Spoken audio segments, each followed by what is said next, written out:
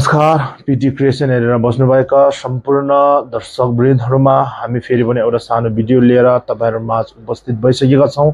यस भिडियोमा हामीले नामको 5 वटा प्रकारहरूमध्ये व्यक्तिवाचक नाम र जातिवाचक नामहरूलाई बहुत भाषामा के भन्न सकिन्छ भनेर तपाईहरुलाई बोध गराउने जमर्को गरेका छौं। पक्कै पनि तपाईहरुले यस भिडियोबाट धेरै भन्दा धेरै लाभ उठाउनु हुनेछ भन्ने पुनः विश्वास गरेको छु। ढिलो नगरी भिडियोलाई अगाडि बढाउन चाहन्छु। हेरेर सुनेर अथवा सँगसँगै बोलेर जसरी सहज हुन्छ त्यसरी नै सिक्ने प्रयास गरी भिडियोलाई अन्तिमसम्म साथ दिनु होला। धन्यवाद।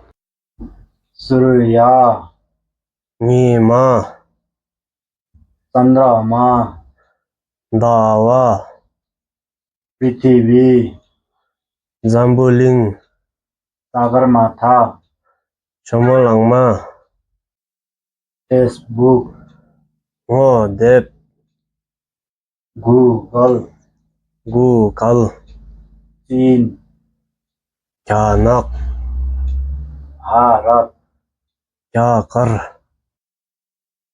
अमेरिका, आरी, अंग्रेजी, इन्ची, जापान, निहोङ, आलु, सोखक,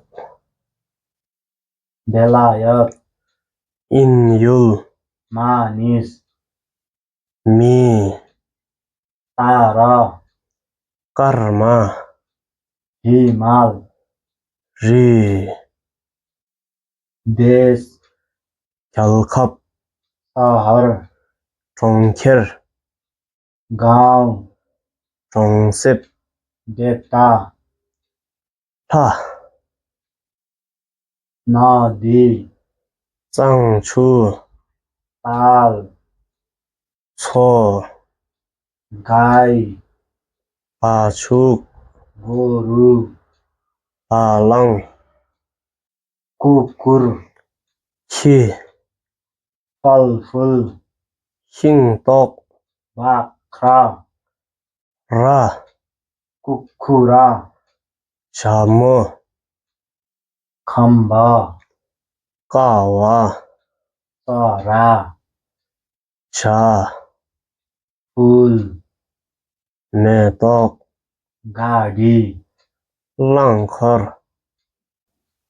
मोबाइल, खापर, पुरुष, फो, महिला, मो, बिरालो, सिमी,